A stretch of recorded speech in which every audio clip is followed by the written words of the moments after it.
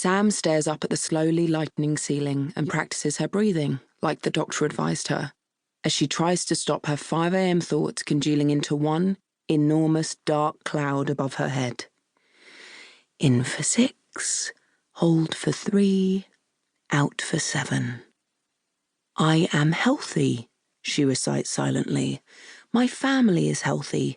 The dog has stopped that weeing in the hall thing. There is food in the fridge, and I still have a job. She slightly regrets putting in that still because the thought of her job makes her stomach clench again. In for 6, hold for 3, out for 7. Her parents are still alive, although admittedly it can be hard to justify including that in a mental gratitude diary. Oh, Jesus. Her mother is going to make some pointed comment on Sunday about how they always visit Phil's mother, isn't she? It will come at some point between the small sherry and the over-heavy pudding, as inevitable as death, taxes, and these random chin hairs. She imagines fending her off with a polite smile. Well, Mum, Nancy has just lost her husband of 50 years. She's a bit lonely just now. But you visited her all the time when he was still alive, didn't you? She hears her mother's response. Yes, but her husband was dying. Phil wanted to see his dad as much as possible before he shuffled off this mortal coil. We weren't having a bloody knees up. She realises she is having another imaginary argument with her mother and pulls it back, trying to put the thought into a mental box, like she read in an article, and place an imaginary mental lid on it. The lid fails resolutely to shut. She finds she has a lot of imaginary arguments these days, with Simon at work, with her mother, with that woman who pushed in front of her at the checkout yesterday. None of these arguments ever leave her lips in real life. She just grits her teeth and tries to breathe. In for 6, hold for 3, out for 7. I am not living in an actual war zone, she thinks. There is clean water in the taps and food on the shelves. No explosions, no guns, no famine. That's got to be something. But thinking about those poor children in war zones makes her eyes prickle with tears. Her eyes are always prickling with tears. Kat keeps telling her to go and get HRT, but she still has periods and occasional hormonal spots. How is that fair? And anyway, there is no time to book a doctor's appointment. The last time she rang, they didn't have a single one available for 2 weeks. What if I was dying, she had thought, and had an imaginary argument with the doctor's receptionist. In real life, she simply said, "Oh, that's a bit far off. I'm sure I'll be fine. Thanks anyway." She glances to her right. Phil is slumbering, his face troubled, even in sleep.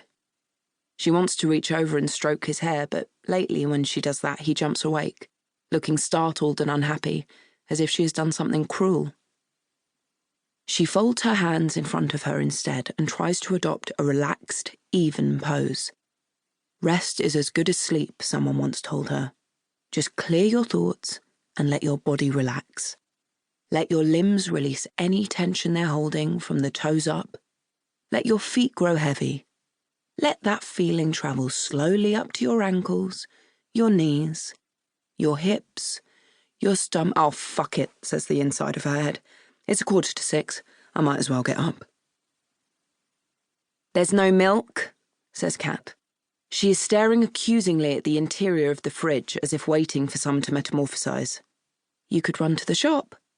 I haven't got time, Kat says. I have to do my hair. Well, I'm afraid I haven't got time either. Why? Because I'm going to that gym and spa you bought me a day pass for? Bodyworks. It expires tomorrow. But I gave you that a year ago, and surely you'll only get a couple of hours in there if you're going to work. I've arranged to go in a bit late. At least it's right near the office. I just haven't had any time. She never has any time. She says it like a mantra along with, I'm so tired. But nobody has any time. Everybody is tired. Kat raises her eyebrows. For her, self-care is a necessity, coming before the more prosaic needs of money, housing, and nutrition. I keep telling you, Mum, use it or lose it, says Kat, who eyes her mother's increasingly indistinct hip-to-waist ratio with barely concealed horror. She closes the fridge. Oh, I just don't know why Dad can't even buy a carton of milk. Leave him a note. she says, gathering her things. Maybe he'll be feeling better today. And maybe monkeys will fly out of my butt. Kat stalks out of the kitchen in the way that only a 19-year-old young woman can. A few seconds later, Sam can hear the furious roar of her hairdryer and knows that it will be left in Kat's room until she retrieves it. "I thought you didn't drink cow's milk anymore anyway," she shouts up the stairs. The hairdryer stops briefly. "Now you're just being annoying," comes the response.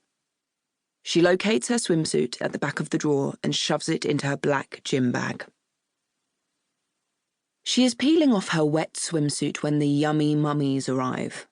Glossy and stick-thin, they swiftly surround her, talking loudly and across each other, their voices filling the fuggy silence of the changing room, completely oblivious to her presence. Sam feels the brief equilibrium gained by her 20-length swim evaporating like mist. It has taken her an hour here to remember that she hates these places. The apartheid of hard bodies, the corners where she and the other lumpy people try to hide. She has walked by this place a million times and wondered whether to go in. She realizes that these are the kind of women who leave her feeling worse than if she'd never come in at all.